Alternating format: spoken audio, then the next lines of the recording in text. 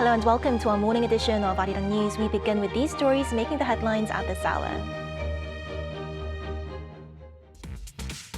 President Lee Jae-myung called for closer Korea-Brazil cooperation in critical minerals, aircraft development and K-beauty at a business roundtable in Sao Paulo, as the two sides signed 7 corporate MOUs before he heads to Chile on the next leg of his South America tour. US President Donald Trump held separate White House talks with Ukrainian President Volodymyr Zelenskyy and Israeli Prime Minister Benjamin Netanyahu, focusing on Ukraine's air defense cooperation and efforts to prevent Iran from acquiring nuclear weapons. SK Hynix reported record second quarter earnings with strong AI demand lifting first half revenue above 100 trillion won for the first time, while forecasting further growth as it expands next generation chip production. President Lee Jae-myung has met business leaders from South Korea and Brazil in Sao Paulo. He suggested business cooperation in the areas of civil aircraft development, critical minerals and K-beauty. Our Blue House correspondent Yoon Jung-min reports from Sao Paulo. Creating synergy in times of a fast-changing global order. That was President Lee Jae-myung at the Korea-Brazil Business Roundtable in Sao Paulo on Tuesday, noting the need to combine Brazil's critical minerals and clean energy with South Korea's advanced technology. 글로벌 불확실성이 높아질수록 서로의 강점을 활용해서 시너지를 낼 수 있는 파트너를 만나는 것이 그 어느 때보다도 중요합니다. He said the two countries will seek more projects to work together, building upon their strategic partnership. 차세대 민항기 공동 개발을 포함해서 핵심 광물 분야의 공급망 협력, 또 선풍적 인기를 끌고 있는 K-뷰티까지 이 3가지 분야에서 큰 성과를 만들 수 있을 것으로 기대합니다.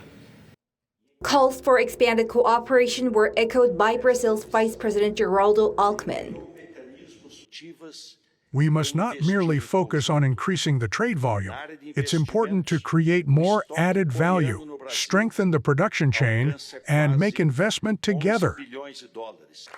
Joining the meeting were dozens of business leaders from the two countries, including the chairman of the Federation of Korean Industries, Ryu Jin, Hyundai Motor Group chairman Chung Ui-sun, and the head of Apex Brazil, Vladimir Müller, who is in charge of promoting trade and investment.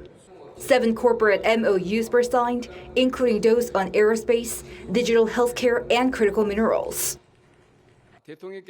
President Lee said that business cooperation would not be easy if governments do not resolve issues related to tariffs and regulations.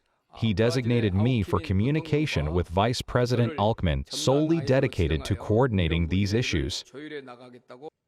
President Lee once again noted the need for the Korea-Mercosur trade agreement, having agreed on Monday with his Brazilian counterpart Lula da Silva to speed up resuming negotiations.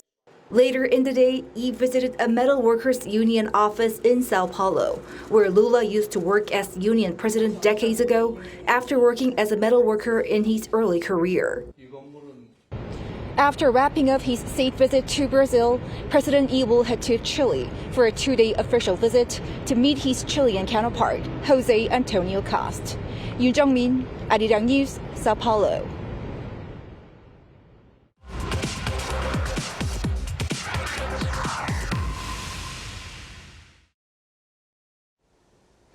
So as we just heard, President Lee is due to wrap up his state visit to Brazil before heading straight to Chile for a 2-day official visit on the 29th and 30th local time for his first summit with President Antonio Cast, whose government only took office this year. For more on what to look out for, we're joined by Po-young Kim, research professor at the Institute of Ibero-American Studies at the Busan University of Foreign Studies. Professor Kim, thank you very much for joining us this morning. Thank you for inviting me. So President Lee's visit to Chile will include his first summit with Chile's new president, Jose Antonio Cast. And beyond the symbolism of a very first meeting, what will both leaders be looking to establish at this very early stage of their relationship? And how could that shape bilateral ties over the coming years? So President Lee has described his approach as pragmatic diplomacy, and this summit is a good illustration of that. He and President Kass come from very different political families, but what they'll aim for is predictability, and they have more common ground than the political labels might suggest. Both governments want the same things, basically, and these might include investment, secure supply chains, and export growth. Each side also arrives with something to ask for. Chile's government has been open that its copper exports are too concentrated in one market and that it wants a wider range of buyers and investors. So in that sense, Korea is a natural candidate. And for Seoul, supply chain security is now a first-tier agenda item. So what's realistic is a working framework, a modernized FTA, a standing channel on minerals and investment, shared multilateral projects. Once that is built, the relationship will stop depending on who's in office. Right, and Korea and Chile signed Korea's first ever free trade agreement more than around 2 decades ago, and both governments now want to modernize it. So why has updating the FTA become a priority, and what new areas such as digital trade, green technology, or labor standards could make the agreement more relevant today? Yes. So two things changed since 2004. Korea's first mover advantage is now gone because Chile has since signed with China and Japan and also joined the CPTPP, and Korean market share has eroded. So modernization is partly about recovering parity in a market Korea entered first. And more fundamentally, that 2004 text is a goods agreement written for a different economy. So no digital chapter, no supply chain provisions, nothing on critical minerals, which is exactly the gap this government cares about. President Lee has named what he wants added: digital trade, environmental cooperation, labor standards, gender equality, innovation. So the candidates are a digital chapter, a critical minerals chapter, and cooperation on renewables, hydrogens, and storage, where Chile has the endowment and Korea has the engineering. One caveat, these talks have run for years without concluding, so the sensitive areas are real, agriculture especially, and on labor and environment, watch whether they become enforceable chapters or remain as a cooperative language. Right, and Chile is the world's leading producer of copper and lithium. They're both critical to batteries and other advanced industries. So as Seoul looks to build more resilient supply chains, how strategically important is Chile to South Korea's long-term economic and industrial agenda? And what kind of partnership is Korea hoping to build beyond simply just importing raw materials? Yeah, so critical minerals are absolutely strategically central, but let me be precise about what kind of importance. So the trade between Korea and Chile is copper and lithium going one way, refined fuels and vehicles the other.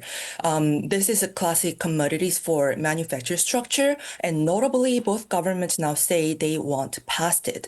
One qualifier on lithium, Chile supplies a large share of what Korea uses, but Korea's real vulnerability is midstream processing, which is concentrated in China. Chile diversifies the upstream, so it doesn't fix bottleneck. So that's why Seoul wants more than an offtake relationship, which will include a role as a technology supplier, equity rather than purchase contracts, processing capacity right next to the resource. So the ask is a processing and technology partnership, cathode capacity closer to the resource, direct lithium extraction, water and energy efficiency in mining, renewables for mine sites. Korean battery and materials firms are already positioned there. And two things temper this. Chile has heard we will add value locally before, many times before actually, and seen little materialize. And water and indigenous consultation around the salt flats are not side issues, although many Korean planning documents don't register them at all. So these are the gaps I'd watch. Right, and for my final question, so throughout this South American tour, President Lee has emphasized expanding Korea's engagement with the Global South, as well as building partnerships based on investment, technology, and innovation, rather than just traditional trade alone. So how does the Chile leg of the trip fit into that broader diplomatic strategy, and what concrete outcomes should we be watching for from the visit? The shape of the trip is the argument. Silicon Valley first, then South America. Computation and critical minerals are the scarce inputs of this decade, and Korea is trying to secure both while hedging against a trading environment shaped by greater power competition and tariffs. Latin America fits on two counts: resources Korea doesn't have, and markets Korea has barely worked. And Chile's particular role isn't about its size, its institutional openness, is it? So Chile has been the oldest FTA partner, it's a CPTPP member and a predictable regulator. So it's the test case for whether quote unquote beyond trade can be made real somewhere. So three things to watch: whether they name a target date for concluding the FTA talks rather than agreeing to accelerate, whether the minerals agreements extend to processing and joint ventures or stop at information sharing, and finally, whether any Korean company commits actual capital. Right, well, it seems like there's a lot to watch out for. Thank you very much, Professor, for your time and insights today. Thank you.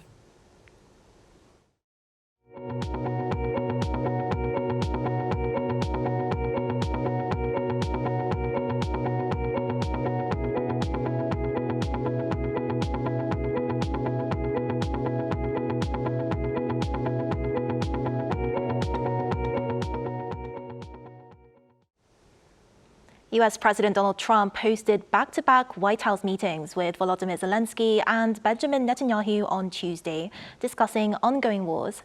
Kim Bo-kyung tells us more. President Trump held back-to-back meetings on Tuesday with Israeli Prime Minister Benjamin Netanyahu and Ukrainian President Volodymyr Zelenskyy. At the White House, Trump first met with Zelenskyy behind closed doors. Following the meeting, Zelenskyy said on Telegram that he had a good meeting with Trump in the Oval Office and that they talked about licenses to produce Patriot interceptors and diplomatic efforts to end the war.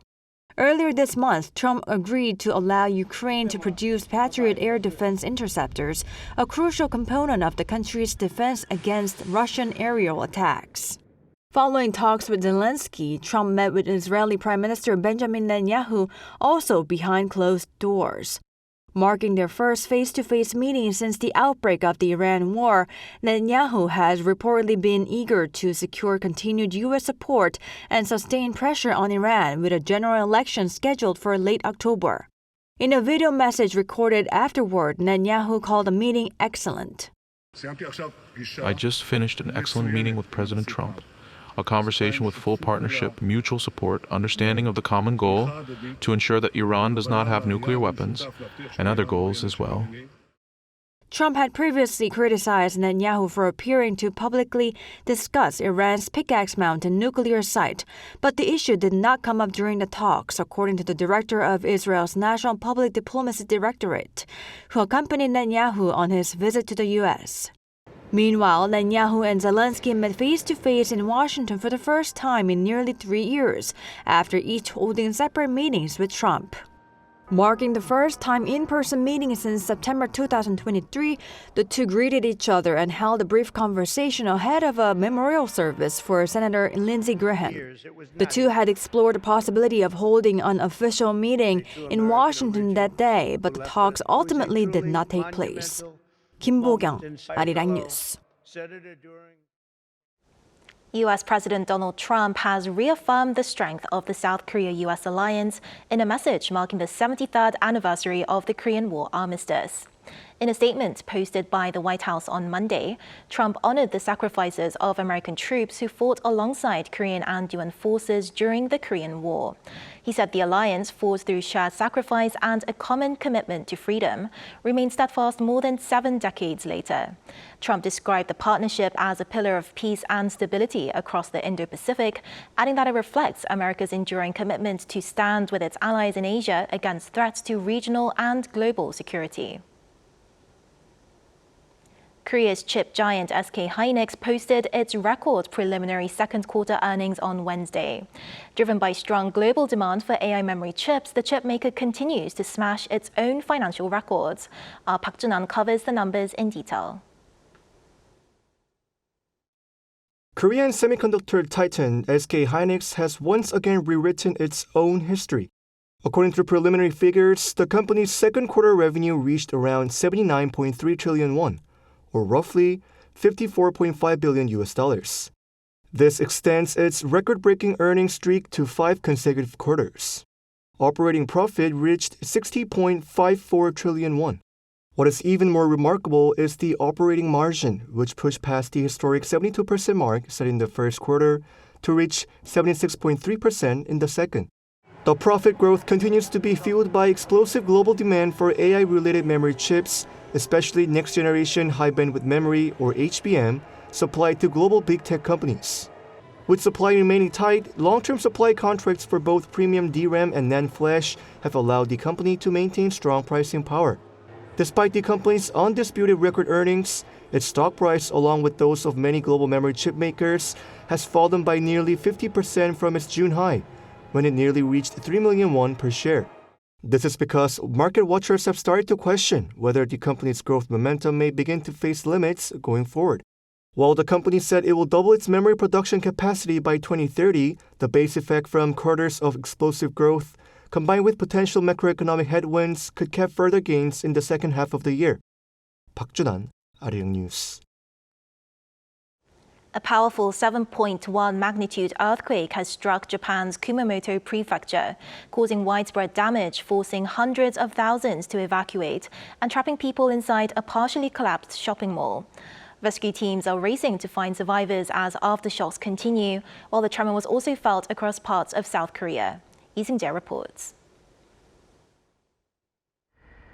Japan is assessing the full extent of the damage after a powerful 7.1 magnitude earthquake struck Kumamoto prefecture on Tuesday, triggering widespread destruction and a major rescue operation. Japanese Prime Minister Sanae Takaichi said authorities are still evaluating the situation, but confirmed there have been injuries, fires, power outages, and significant damage to roads, bridges, and buildings. She urged residents to protect themselves and evacuate to safe locations as strong aftershocks continue. Around 300,000 people have been told to evacuate, while hundreds of self-defense force personnel have been deployed. One of the hardest hit sites is the prefecture's largest shopping mall, where an explosion occurred after the quake. Between 20 and 30 workers remain unaccounted for, and local media report that several people are believed to have died, though officials have not yet confirmed the death toll.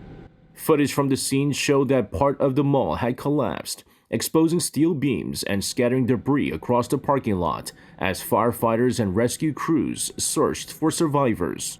The earthquake also caused widespread power outages and ruptured roads through Kumamoto, a region that was devastated by another major earthquake a decade ago.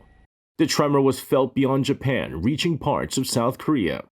Authorities there received more than 760 reports from across the country, including over 170 calls from the southeastern port city of Busan, where some residents evacuated after feeling buildings sway. Shaking was also reported in Incheon and the central city of Daejeon, although no damage has been reported in South Korea. For many residents in Kumamoto, the powerful shaking revived painful memories of the devastating 2016 earthquake, with survivors saying the latest tremor was among the strongest they had experienced since that disaster. Lee Seung-jae, Arirang News.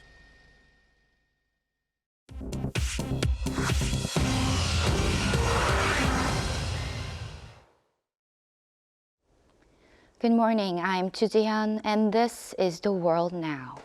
Uganda has officially declared itself free of Ebola, even as the outbreak rages in the neighboring Democratic Republic of Congo.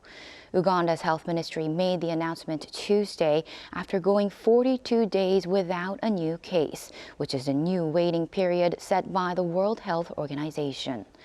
The outbreak began in May when Congolese patients crossed the border seeking care. In total, 20 people were infected and 2 died, both from the Democratic Republic of Congo.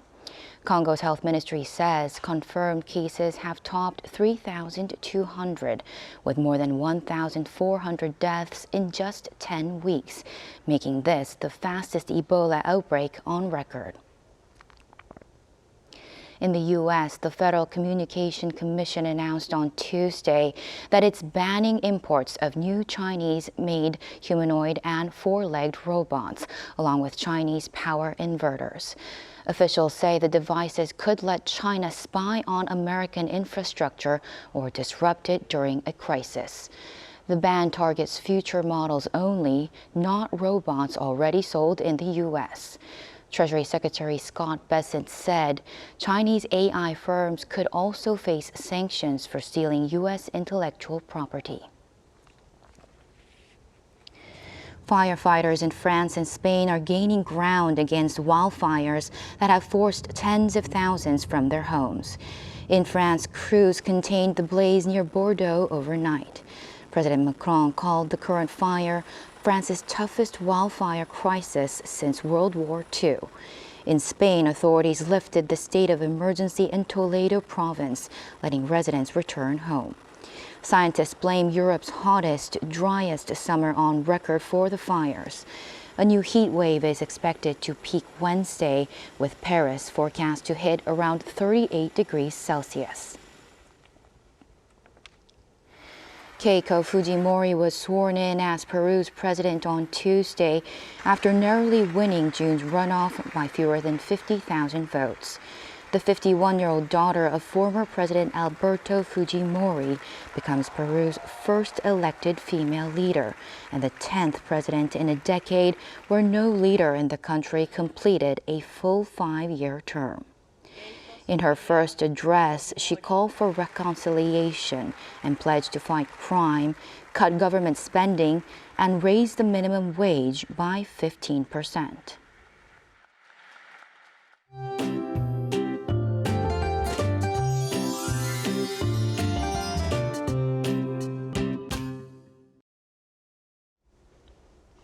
Intense heat continues day and night. Seoul has now experienced the tropical nights for 7 straight days, while Jeju Island has had more than 3 weeks of tropical nights, setting another record. And imagine how unbearably hot it must feel in the southeast, with highs hovering in the upper 30s in the afternoon, so please take well care. In fact, a powerful combination of a double high-pressure system is firmly in place, with the North Pacific high near the surface and the Tibetan high overhead. The Korean peninsula is trapped in this heat, pushing temperatures higher day after day. And unfortunately, the heat shows no sign of easing up for the time being under mostly sunny skies nationwide, with humidity making it feel even hotter. Lastly, checking on today's highs now. This afternoon, Seoul and Gwangju will be getting up to 34 degrees Celsius. Daegu and Gyeongju will be sizzling hot at 37 degrees. Busan at 35 degrees under strong UV rays nationwide. So please stay safe in this extreme heat and sunshine.